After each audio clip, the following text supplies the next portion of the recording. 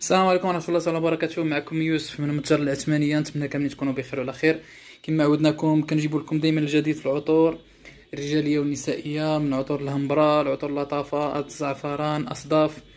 اليوم بالنسبة للدراري اللي كيبغيو العطور الباردة والصيفية، شي حاجة رائعة بزاف صراحة، عجبتني انايا وكنستعملها هاد الايامات. هادي شي حاجة واعرة، هي كينغسمان. كينغسمان من لومبالاج ديالها كتشبه الكي من دولشي اند غابانا. هاد العطر هذا عطر تابيلي، في الرشه الاولى كيكون قاصح واحد شويه ولكن كيبقى يبرد.